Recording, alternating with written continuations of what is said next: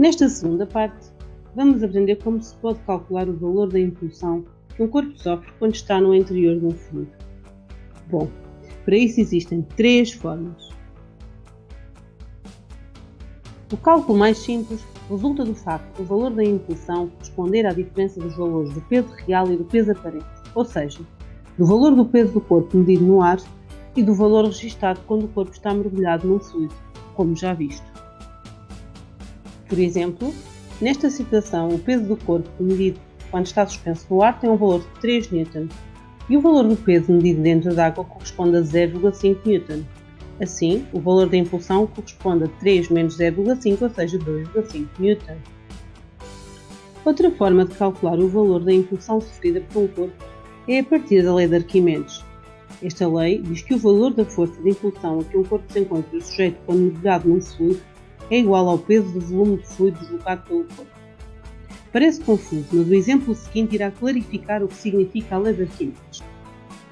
Se enchermos um recipiente com água, colocarmos um objeto, por exemplo uma bola, dentro do recipiente, a água irá deslocar-se para que o objeto ocupe o seu lugar.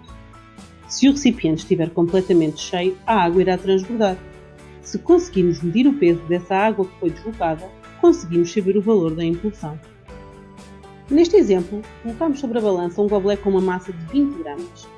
Quando introduzimos o objeto dentro do recipiente, neste caso um tirazato, a água transbordou e encheu o goblé e a balança passou a registrar 150 gramas. O valor da massa da água corresponde à diferença dos dois valores, ou seja, 130 gramas. Mas atenção, estes valores correspondem à massa e não ao peso. Podemos calcular o peso a partir da massa relacionando-o com a aceleração da gravidade. Assim, o peso da água é de 1,3 N. De acordo com a lei de Arquimedes, o valor da impulsão é igual ao peso da água deslocada, ou seja, 1,3 N. A lei de Arquimedes pode ainda ser trabalhada de modo a chegar a uma fórmula que, embora pareça mais complexa do que as anteriores, é de aplicação muito direta. A impulsão corresponde assim ao valor do volume do corpo imerso, ou seja, no interior do fluido, multiplicado pelo valor da densidade do fluido deslocado e pela aceleração da gravidade. Fechamos um exemplo. Colocamos um volume de 50 cm3 de água numa proveta.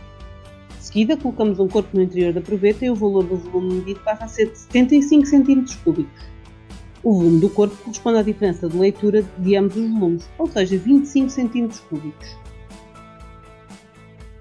Antes de calcularmos a impulsão, temos de garantir que todos os valores correspondem às mesmas unidades. Sabendo que a densidade da água é de 1000 kg por metro cúbico, é necessário converter o volume do objeto para metro cúbico, ou seja, 0,000025 metros cúbicos.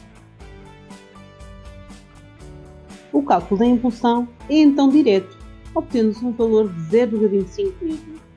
De referir que se os 3 métodos forem aplicados para o mesmo objeto mergulhado no mesmo fluido, o valor da impulsão calculado será igual, independentemente do processo utilizado para o cálculo. Esta forma da lei de Arquimedes permite-nos compreender de que forma os vários fatores influenciam o valor da impulsão. Por exemplo, conseguimos perceber que o volume de um corpo imerso e a impulsão são diretamente proporcionais, ou seja, se dois corpos forem colocados no mesmo líquido, o que tiver maior volume sofrerá maior impulsão, independentemente da sua massa. Por outro lado, a densidade do fluido também é diretamente proporcional à impulsão, ou seja, se colocarmos o mesmo objeto no interior de dois líquidos, irá sofrer maior impulsão quando estiver imerso no líquido mais denso. Resumindo, podemos calcular a impulsão como a diferença entre o peso e o peso aparente de um corpo, ou a partir da lei de Arquimedes em qualquer das suas formas. De referir que, embora nos exemplos o fluido utilizado seja a água, as expressões são válidas para qualquer fluido, seja líquido ou gás.